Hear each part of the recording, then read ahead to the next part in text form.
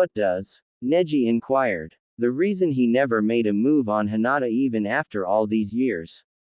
Shikamaru vaguely explained. Back in the real world, all the girls had blushes adorning their faces but none as bright as Hinata's. After all the years, she had no idea, she didn't know how she felt about this. And that is? Naruto inquired. I don't think I could handle her rejection. I mean, she's like a princess and I'm just a mutt. Kiba said sadly. Back in the Inuzuka clan compound, Kiba's sister Hana and their mother, the head of the clan, was watching the entire thing. Disappointed that Kiba would think himself a mutt and unworthy of great things. Besides, she had that massive crush and I couldn't get in the way of her happiness like that. Naruto looked at Kiba with a sadness only those who relate to one another could share.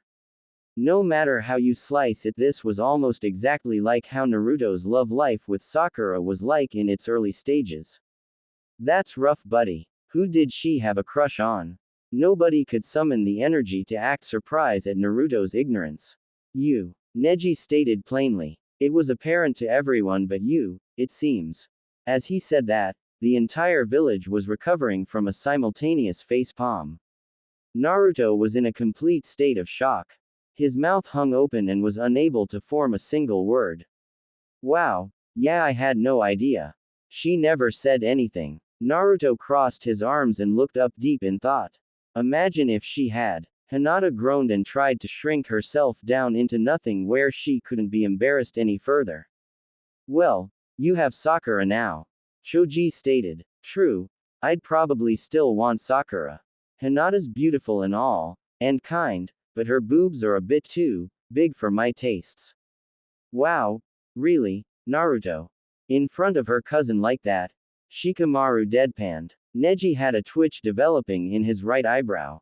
Hinata was muttering curses to herself for wishing for big breasts to impress Naruto. Meanwhile, Kiba was on the offensive. You take that back, you son of a bitch. Her boobs are amazing and beautiful. He grabbed the blonde's collar. Oh, come on. They're ridiculous. Just like Granny Tsunade's. Excuse me for liking them modest. Naruto defended. Back in the living world, you could see the veins on Lady Tsunade's forehead from a street block away. Let's move this along. If we are confessing feelings for others, then I have one. Lee interjected. Let me guess, Sakura. Shikamaru stated. Lee shook his head and a look of shock moved over everyone's faces. No. Lee said. Guy-sensei's code of youthfulness states that once a love's heart is taken fairly by a friend, it is not to be pursued. Bros before hoes. Lee proclaimed youthfully. It's true. Neji said, for he too was forced to memorize their master's guide to youthfulness. So, then who? Naruto stated but was forcefully interrupted by Lee. To be honest, Tenten. Lee stated, which took Neji by surprise. Tenten immediately listened up. This being as much of a shock to her as it was everyone else. Yes, aside from Sakura-chan, she is the most youthful lady I have ever known. Lee admitted. This took Tenten for a loop, not because Lee had a crush on her so much as he had called her a lady. Being the weapons specialist on the close quarters combat team, she was more often than not mistaken for a tomboy. You sure, man? She always struck me as a Tommy. Naruto said. There it is. Tenten thought. Nonsense. Lee declared. She might be brash on the outside, but you haven't seen her when the flames of battle die down. The way she maintains and packs away every single ninja tool with motherly care, her hands look so delicate. The other guys had to nod their heads in agreement. She was a stickler for maintaining her weapons. Meanwhile, the weapons mistress herself was in awe that Lee had noticed that about her. She began thinking of other times he had been supportive of her and how she always found his tenacity in training inspiring, and what was she thinking about? She had a crush on Neji already. The other thing is, Lee continued on, she also has a crush on Neji. All eyes turned to the Hyuga prodigy.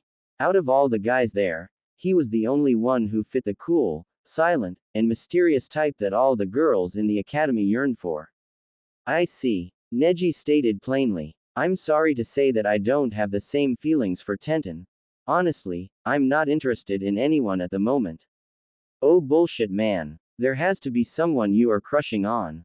Kiba protested, not believing Neji. Honestly, there is no one.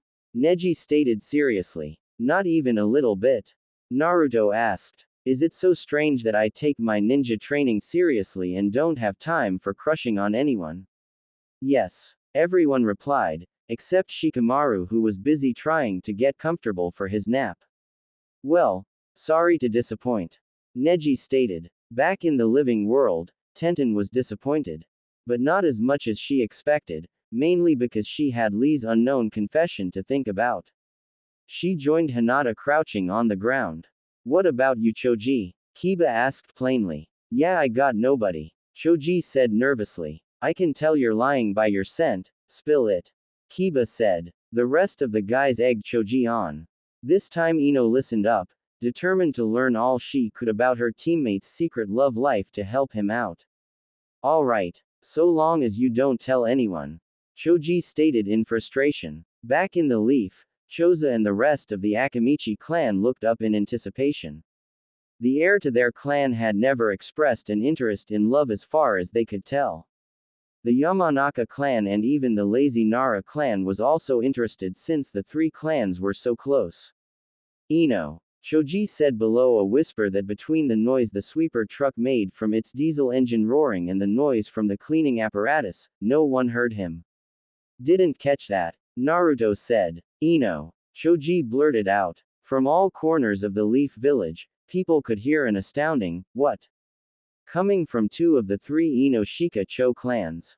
Followed by a softer mutter of, troublesome, coming from the third clan. Ino was busy racking her brain on who else in the village had her name. Shikamaru meanwhile looked upon his best friend with a mix of disbelief and almost disgust. Ino. Yes. Ino Yamanaka. Yes. Our teammate Ino. Yes already. Then it hit Ino. What? Dude. She's like our cousin. Shikamaru exclaimed. But not by blood, Shikamaru. Choji protested. Talk about a massive shock.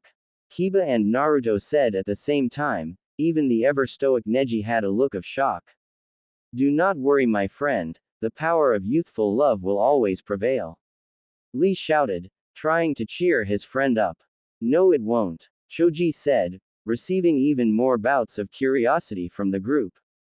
Huh, what do you mean? Naruto said, it's never gonna happen. I'm not her type. She only sees me as a friend and teammate or even a cousin like you said. Choji gestured to Shikamaru. Besides, we're both clan heirs so one of us would have to give up our title. I can't do that to my dad and I wouldn't ask Ino to give up hers either. So I'm just gonna let her be, watch her marry some decent guy, and then get married myself to some girl my father picks out for me. So long as I can stay friends with her and you Shikamaru. The boys went silent for a bit, just another tragic story of unrequited love to add to the pile. How? Shikamaru asked, for once at a loss for words. I mean, when? Come on man, you've seen her. Never mind how drop-dead gorgeous she is, she's so confident and determined. She's loud, but only because she's passionate. Her smile is so bright it's like a flower blooming and it brightens my day. Choji thought dreamily. Like I said though, it's not gonna happen. So long as she's happy, I'm happy. On the other end, Ino felt a warming sensation flow through her body as her face lit up with embarrassment, joy, and sadness all at once. She had no idea Choji felt that way about her and the fact that she was watching him beat himself up over stupid doubts, it made her even more sad. Choji, Ino said softly. Geez man, that's worse than troublesome. That sucks. Shikamaru stated matter-of-factly. Yeah, Choji agreed. It's not as bad as your love life though. Huh, Shikamaru, I have no idea what you're talking about. Shikamaru answered. What about Tamari? Kiba pressed. What about her? Shikamaru defended. Back in the Leaf, it was now Tamari's turn to listen up. Don't you have a thing for her? We could all see the way you act around her. Neji stated matter-of-factly. Even I noticed that. Naruto spoke up. Ya see, even an idiot like Naruto noticed. Kiba said. Hey, Shikamaru sighed. That troublesome woman, why would I ever have a thing for her? She's brash and competitive. Every time we try to play chess together she tries to add some new rules in the middle of the game to mix things up. She's noisy and reminds me too much of my mother. Back in the Leaf, Tamari was growing red from a combination of embarrassment and mostly anger. Ouch. Naruto stated. To be honest, I kinda liked Vital. Shikamaru stated, earning shocked gasps from the present group. She's more womanly, average looking, and if she could just calm down her anger she'd be perfect. Shikamaru stated. Back in the Leaf, Vital was beside herself. Shikamaru liked her. And did he just call her average looking? Tamari however felt like her heart was breaking. It's not like she actually liked that crybaby. It's just, she thought they were on better terms than that. Shikamaru, Yuhole, she thought. Besides, if I actually did want to get with her, it would never work. She's a major advisor to the Kazekage and his sister. Plus, I'm a clan heir too, so I'm stuck at the Leaf. We'd have to travel 3 days to get to either of our villages. I'd spend 6 months in the sand for the winter months and she would have to spend 6 months in the Leaf for the summer months. Shikamaru listed off. Back in the Leaf, Tamari perked up. Where was he going with this? I'd be too troublesome to raise a family like that. Always moving back and forth, or one of us leaves the kids with the other for half a year. Plus, if the peace between the Leaf and the sand ever fails, then we would be enemies. Shikamaru stated. The guys could swear that they heard a hint of sadness in his voice. Tamari and a few other villagers picked up on that too. It sounds like you've put a lot of thought into this. Neji stated. I'm the brains of this operation, right? I plan out everything. Shikamaru said like it was his curse. Doesn't sound like you've put very much into it if you can't be truly honest with your feelings. Lee stated. I agree. It's obvious to everyone here that you like her. Choji added. PSHT, whatever. Shikamaru turned over on his side to face away from the guys. Then a light bulb went off in Naruto's head. Hey Shikamaru, what if I made you a promise that when I become Hokage there will always be peace between the Leaf and the sand? That's a mighty big claim there, buddy. Kiba stated. Shikamaru looked back at him. You're not serious. Believe it. Gaara and I are super tight. No way either of us will let diplomacy fail between our villages while we're in office. That way you and Tamari could be together. Hell, I could negotiate to get Tamari transferred to the Leaf permanently as an ambassador or whatever. That's going a long ways out of the way for my sake, Naruto. Shikamaru stated. Nonsense, you didn't even hear my master stroke. Where we build a road directly linking the Sand Village to the Leaf Village to cut down on your travel time. We'll call it the Shikatem Road. The Nara heir looked at the spiky blonde like he was crazy. An actual road dedicated to a single couple. And the name was so stupid. Plus, it would completely undermine the whole, hidden village, thing the Leaf and the Sand had going on. Shikamaru smiled and then laid back down. Thanks, but that is probably a long ways off, so I'm not going to hold my breath. Shikamaru sighed. Tamari meanwhile was going over the road idea in her own head. It was ridiculous, it was stupid, time-consuming, waste of resources, and, it sounded very sweet. Hey, when we do build that road, can we use the stones from Snake Way? Kiba asked. That sounds like more trouble than it's worth. What significance could it possibly have to do that? Neji asked. Nothing. I just wanna come back here one day and tear up this ing pathway. It's so long, I hate it. Kiba shouted to the heavens off to their right. No taking things from the pathway. The street cleaner driver shouted back at them. Only take pictures and leave with memories. Everyone laughed at Kiba's outburst, even those who were watching in the Leaf. Alright, we all shared. Now spill it, Naruto. Kiba said. Yes, please. Lee added in. Let us help you feel better about whatever happened. Naruto thought about that for a moment. Nope. What the hell, man? Kiba shouted. Honestly, you make it seem like you don't love her anymore. Shikamaru stated. Sakura's heart sank, and something in Naruto snapped. I absolutely still love her. But I am not at fault here and I don't have to share it with you.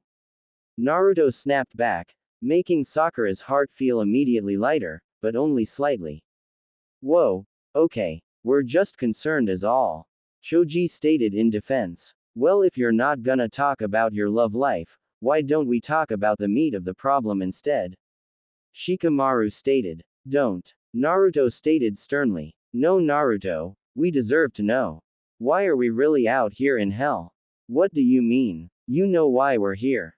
Naruto said. Yeah, to save Sasuke's soul or whatever, but what is the real reason you are so gung-ho about doing this?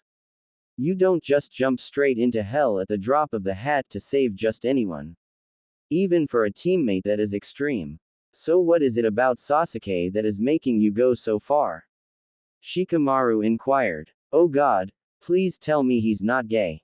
Kiba muttered and was heard by an equally curious village.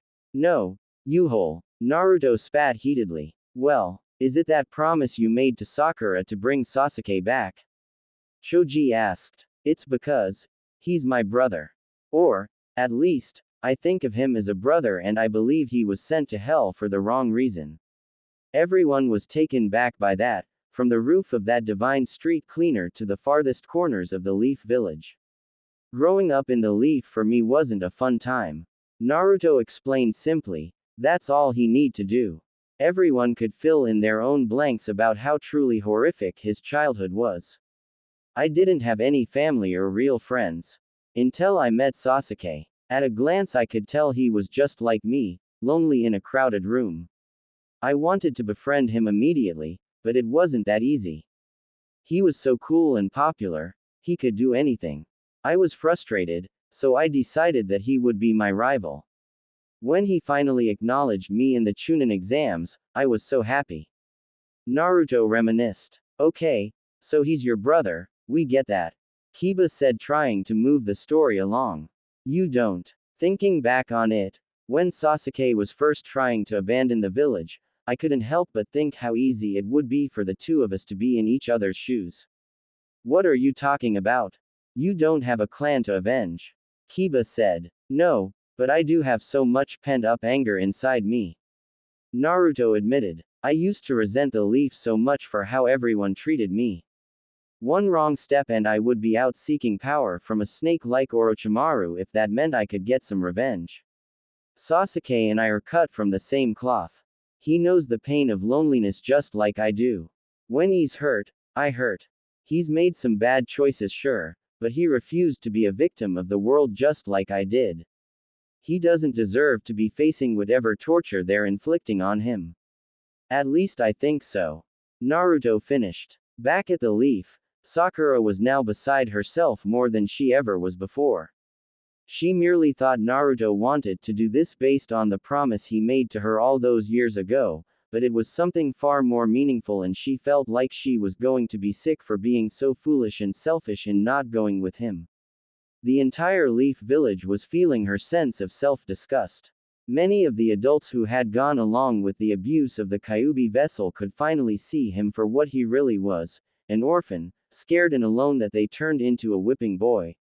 Sakura fell to her knees, her hands clasped over her shoulders as she sobbed uncontrollably. Naruto. I'm so sorry, she whispered out like a prayer. Ino, who had been watching the whole thing, crouched down and wrapped her best friend in a tight hug. I said all those mean things to him, Ino. It's no wonder he won't look at me. I feel like such an idiot. Shish, it's okay. Just let it out. Sakura was now wailing in pain. She had basically broken her own heart by breaking Naruto's. Ino didn't know what to do. All she could do was hold her friend who is thought of like a sister. Back in the afterlife, Shikamaru still had some questions. So do you think Sasuke would do the same for you? If you were the dead traitor in hell and he was the hero who stayed behind? Naruto looked at the tactical genius. Does it matter? The foolish blonde leaned back to lie down on the roof of the street cleaner.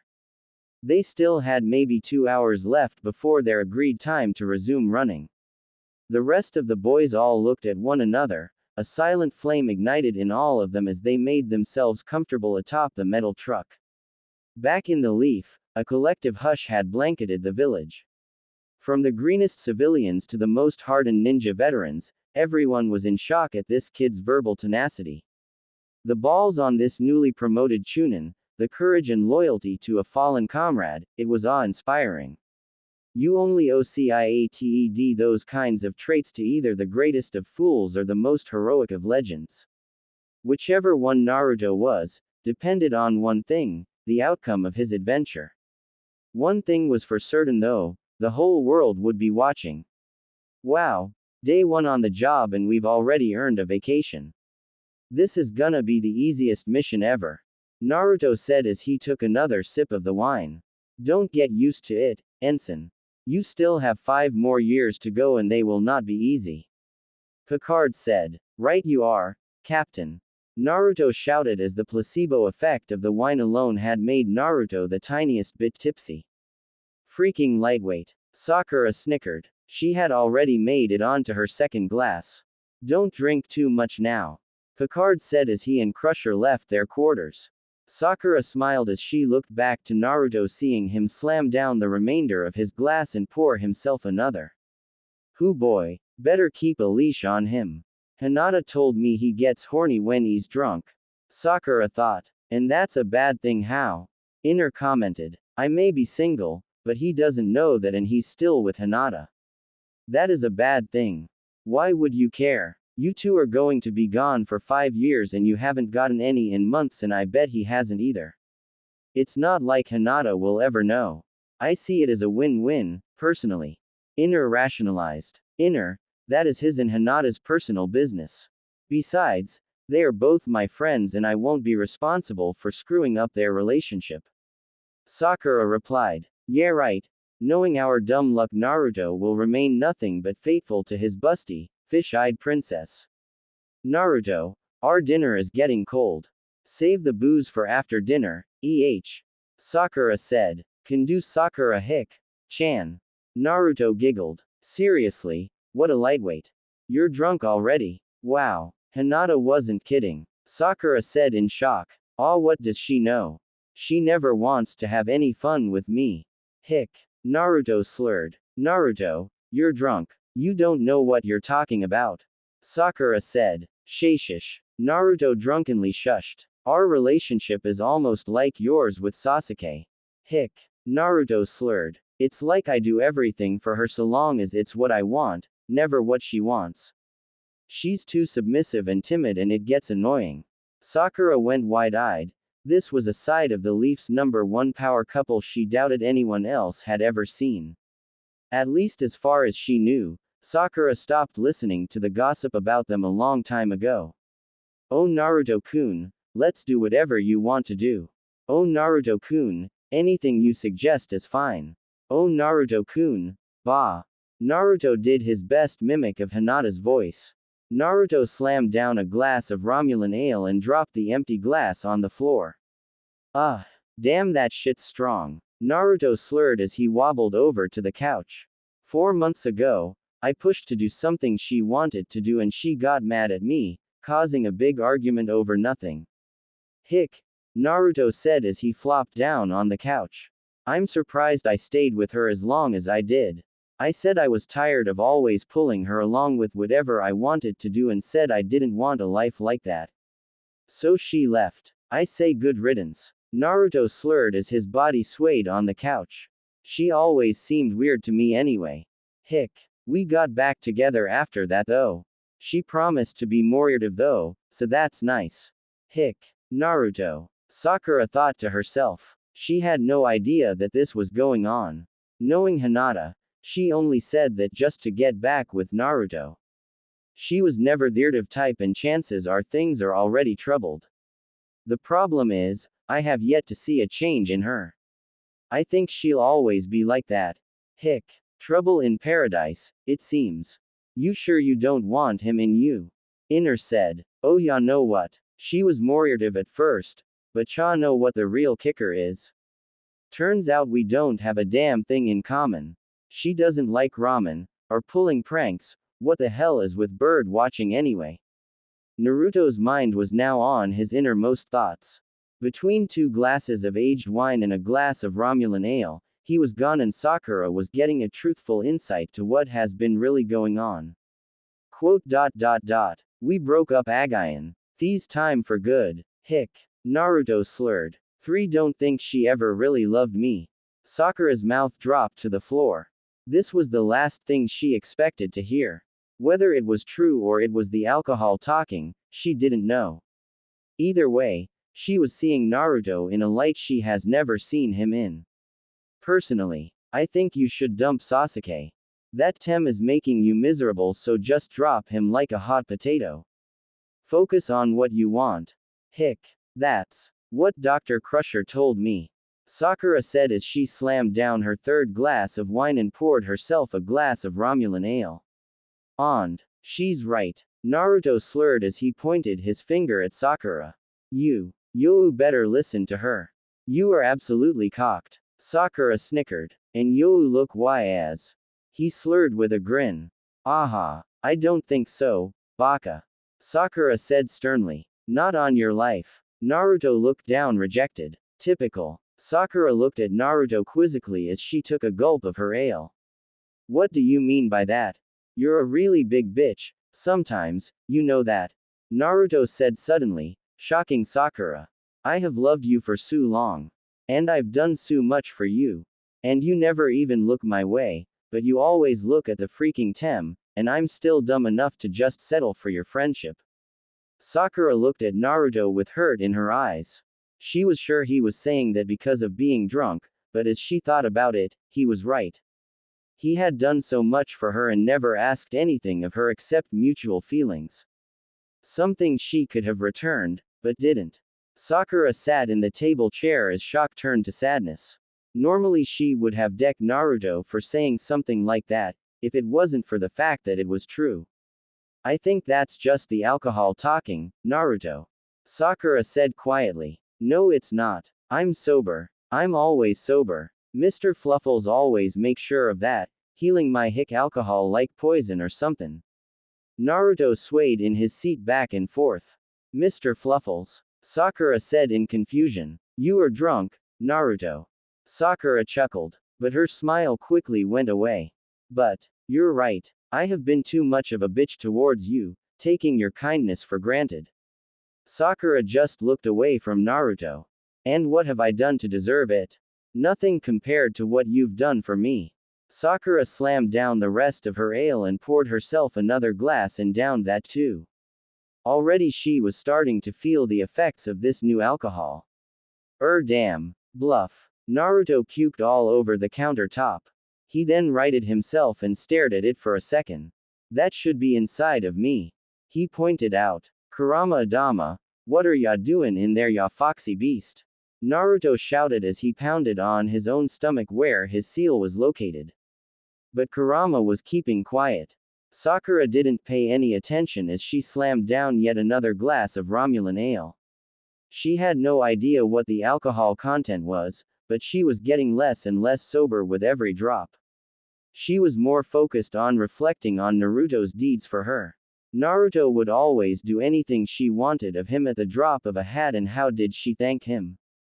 By running off with a man that could give two shits less about her other than rebuilding a long-since dead clan. Naruto. Sakura said, her voice starting to slur. I can't begin to tell you how sorry I am. I never even realized it until now, and it hurts to know that I've taken your kindness for granted as much as I have. Sakura said sadly. Even in his inebriated state, Naruto could still recognize that he had hurt Sakura, and his old instincts kicked in. No, Sakura, don't be sad. I didn't mean what I said. I was out of line. I can't expect you to return your feelings to me if you don't have them. The last thing I want to do is force you into anything. That's not. It would be you then. But it's true. Sakura said as she looked at Naruto, tears running down her face. I have taken advantage of you since the beginning and never gave it a second thought. You have been in love with me for as long as I can remember, and how did I return your love? By running off with that bastard that doesn't give two shits about me. At first I thought breaking up with him just because I was going to be gone so long was selfish on my part.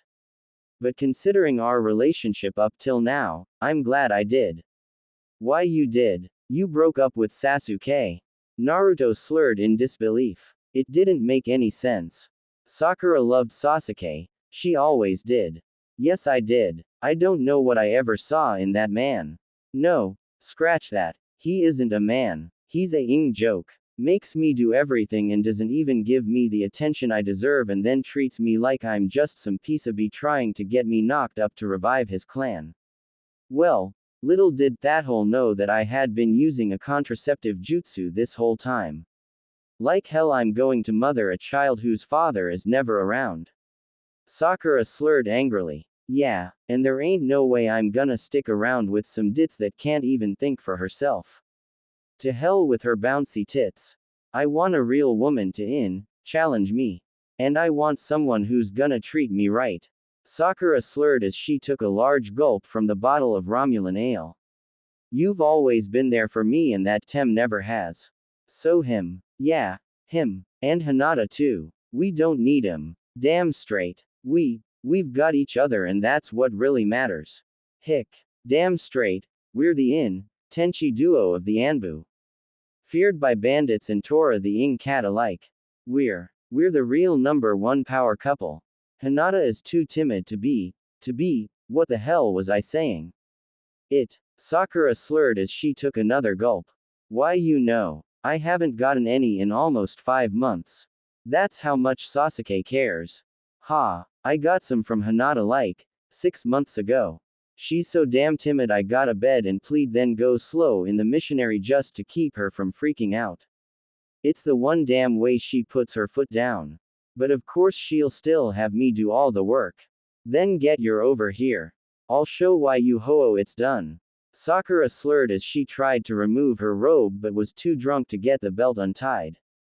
Frustrated, Sakura just ripped her clothes in two with her monster strength. Come and get it, 10. She said in her most sultry voice possible. Naruto wasted no time in getting an eye full of Sakura's girls. They had filled out over the years. Not quite at Hinata's level, but more like Ino's, a nice healthy moderate size, just how Naruto liked them. Oh, I'll be coming, Kai. He replied using Sakura's Anbu codename. You ing better. Sakura said as she spread her legs wide open for Naruto to enter into. Naruto swayed and stumbled his way over but couldn't stay standing. He fell flat on the floor and looked up. Right in front of his was Sakura's dripping folds, her most private area, something no other man had gazed upon. Well, scratch that, Naruto would be the second, but he figured he would be the first to appreciate it. He could see everything, all her curves, her pale skin untouched by the sun, it was all for him. I fell down. Naruto laughed. Yes you did. Just slide those pants off. Sakura slurred. Naruto did as he was told as he pushed his pants down and Sakura removed them the rest of the way, exposing his 7-inch member standing at attention. Someone is ready. Hick. Sakura slurred. Not yet. Naruto said simply. At first Sakura didn't know what was happening, was he rejecting her? But then she felt something indescribable happen in between her legs. While Sakura wasn't looking, Naruto had dived into her folds and started lapping up her juices like a thirsty hound. The results were breathtaking. Naruto. Oh god, she moaned, clutching whatever she could to hold herself steady. Naruto, what are you doing? She gasped. Foreplay, he said, lifting his head up from her musty thighs. Don't tell me Sasuke never did this with you. What do you think? He never even made me see, God yes, right there, cum. Naruto laughed into Sakura's area, his voice sending vibrations through Sakura's overly sensitive, which just felt so delicious. You poor girl. That bastard really didn't know what he had. Naruto slipped a hand underneath Sakura's behind to massage her, inching closer and closer to her brown star. And now that he's lost you, I'm never giving you back. His voice sent shivers down Sakura's spine. Oh, you like that, do you? He chuckled. You're mine now, Sakura-chan. Every inch of you, every little squeak you make might hear and now is mine alone to listen to. The sight of you like this, all sweaty and shaking, that's for my eyes only now. Your sound, your sight, you smell, and your taste. No other man will ever know it. You are mine, he whispered. I just, hope I remember this in the morning. Sakura moaned. Oh, don't you fret your pink little head. You'll remember. Inner thought to herself. At that moment a finger slipped in and Sakura couldn't concentrate enough to form a response. Naruto could sense that his love was growing impatient, so he increased his tempo, faster and faster until Sakura could not even speak, only groan under the building pressure inside of her. I'm gonna. Oh god, Naruto. Sakura screamed as she exploded over Naruto's face. Sakura convulsed uncontrollably as she continued to gush on the blonde. She fell over face first and started panting heavily. Holy shit. Wow. Sakura gasped out as Naruto cleaned his face like a cat. Salty, but delicious, Naruto commented. After that, Sakura started to sober up and wasn't as fuzzy-headed as she was before. She was now aware of what was taking place, but she didn't care. This was turning out to be the best damn of her life and she wasn't about to give it up for anyone or anything. Morals be damned. Sakura looked down to see the wet face and hair of Naruto, who still had his face buried in her pink muff. Realizing that he was covered in her juices, she blushed. That never happened before. Sakura gasped out. Really? It happens to me all the time. Naruto gasped. Hinata is a squirter. Sakura exclaimed. What? No, she's not a squirrel. Naruto said. His head was still spinning. Sakura deadpanned. Never mind. Sakura said as she moved to remove Naruto's pants. Now, let's see what you're so. Holy shit. Sakura exclaimed as Naruto's 7-inch member flopped out. Hinata wasn't happy with this. The is wrong with that girl. Inner exclaimed. Agreed. Sakura said in shock. Sasuke's got nothing on this. Sakura added. Is something wrong? Naruto asked, partially scared. Oh hell no. Absolutely nothing is wrong with this guy. You've got Sasuke beat big time. Sakura said as she hungrily eyed Naruto's member. Naruto's cheeks became flushed red. He had never really considered how much he stacked up compared to the other guys.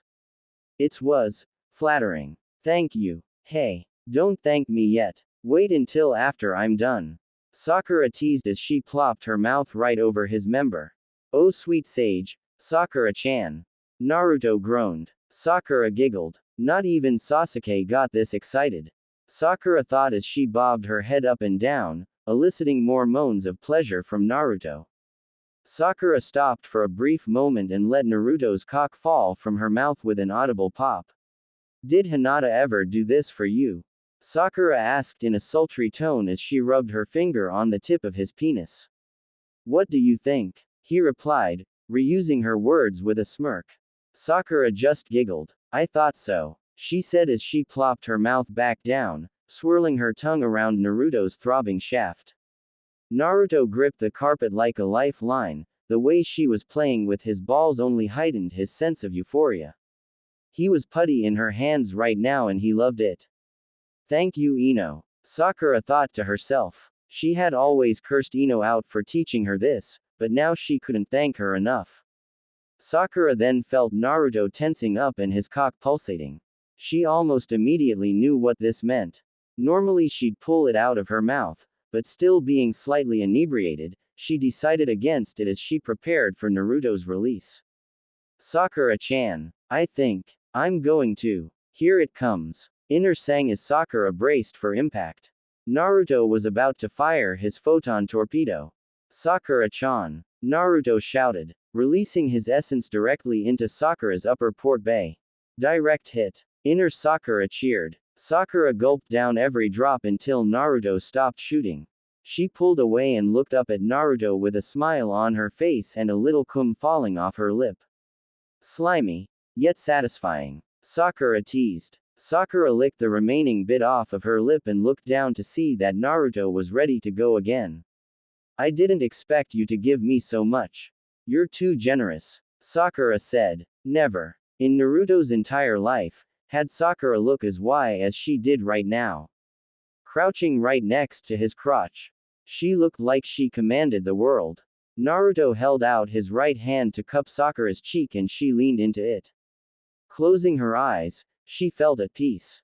He led her up to a standing position by her jawline until she was looking up at him from her tiptoes.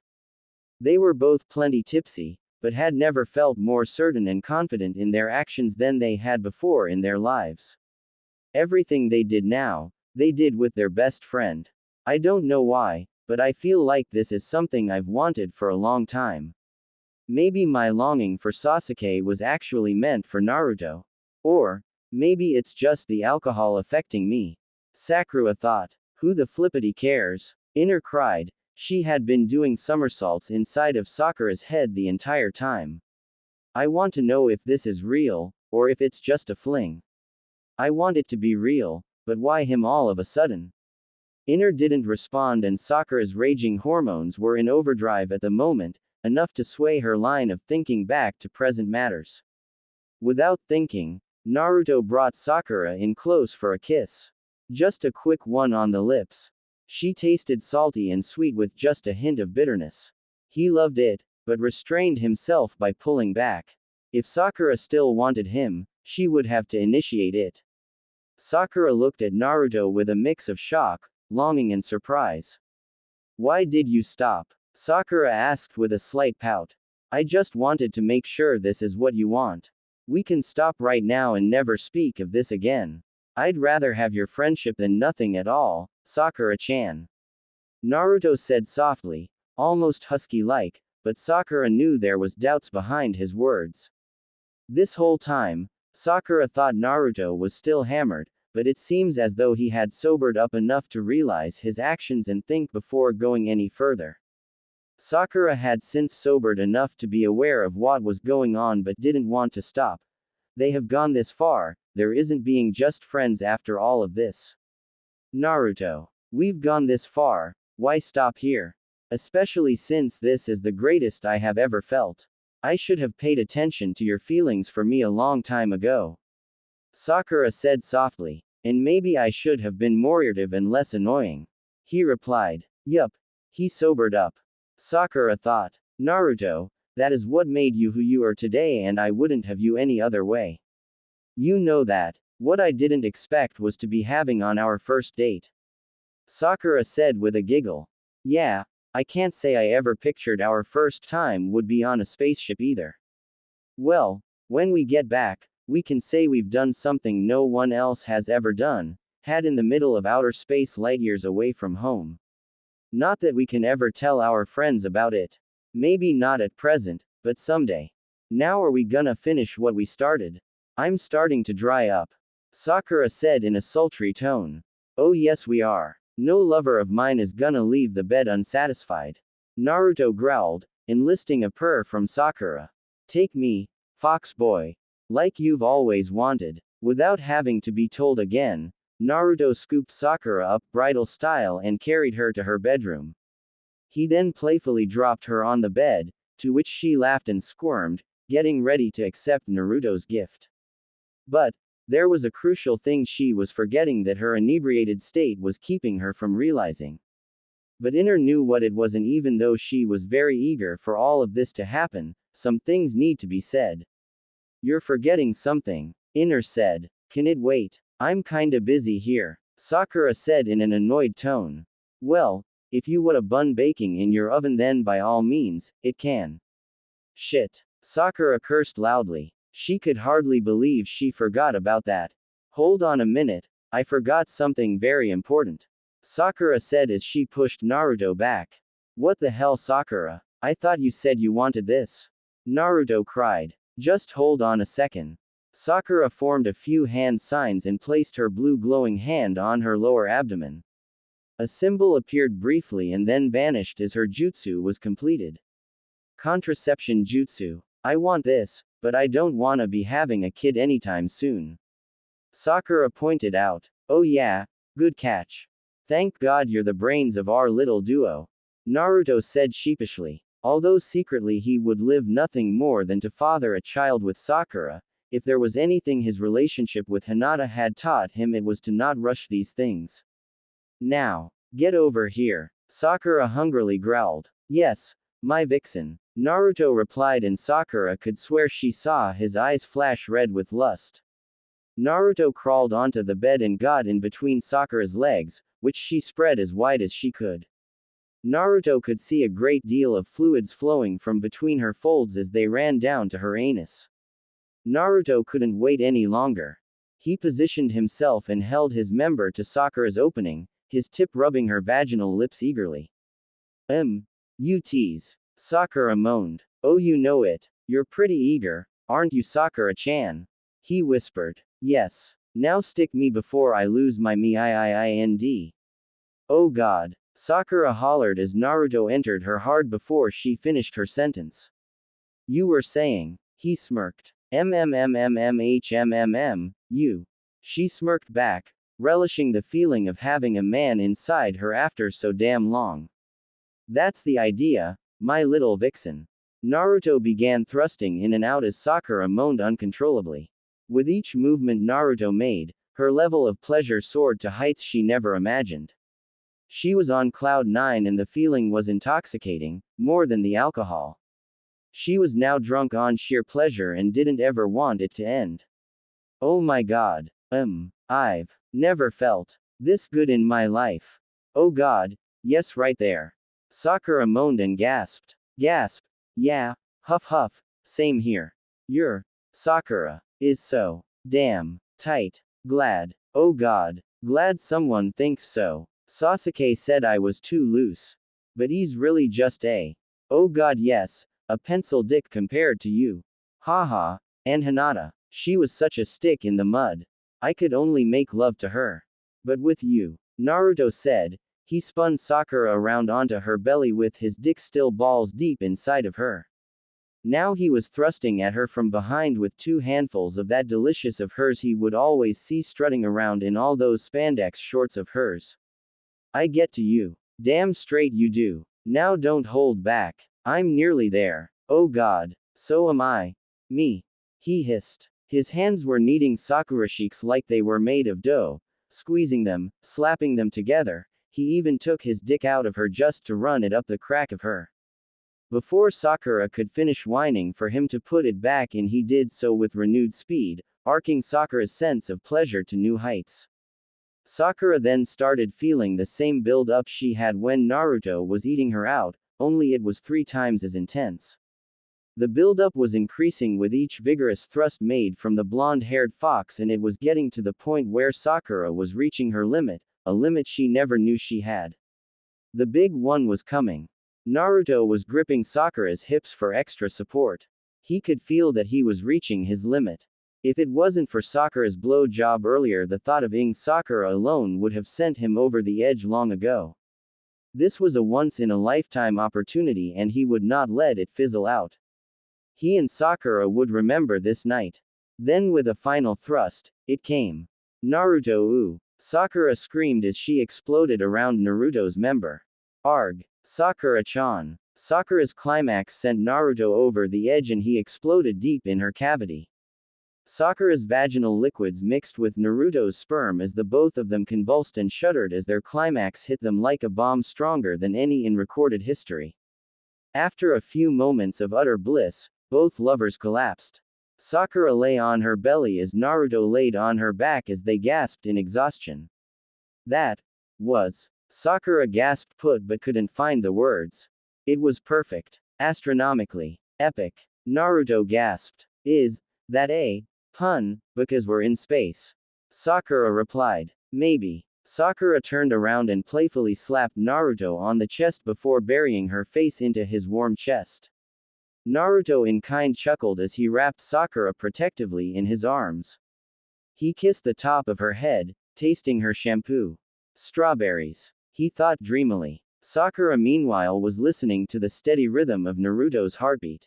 The same heartbeat she had kept beating all those years ago on the battlefield. Now it was soothing her to sleep like the gentlest lullaby. Naruto. Sakura whispered out sleepily. Yes. Sakura-chan. Naruto whispered into Sakura's ear. Never. Ever leave me. Sakura said softly. The whiskered blonde smiled. He kissed her forehead square on her purple diamond seal. Never. Promise me. Sakura said as she opened her eyes and looked into Naruto's. Emerald green meeting cerulean blue. Promise of a lifetime. He swore and Sakura smiled. All her doubts cast aside. Good. Sakura said as she wrapped her arms around Naruto, pulling him closer to her. She was moments from drifting away to dreamland, when she muttered 3 words that Naruto had longed to hear from her again. I love you. Soon after that, she was snoring softly.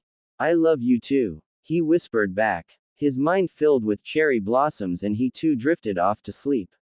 End scene. Inner Sakura and Kurama each said to themselves as the 2 new lovers slept peacefully.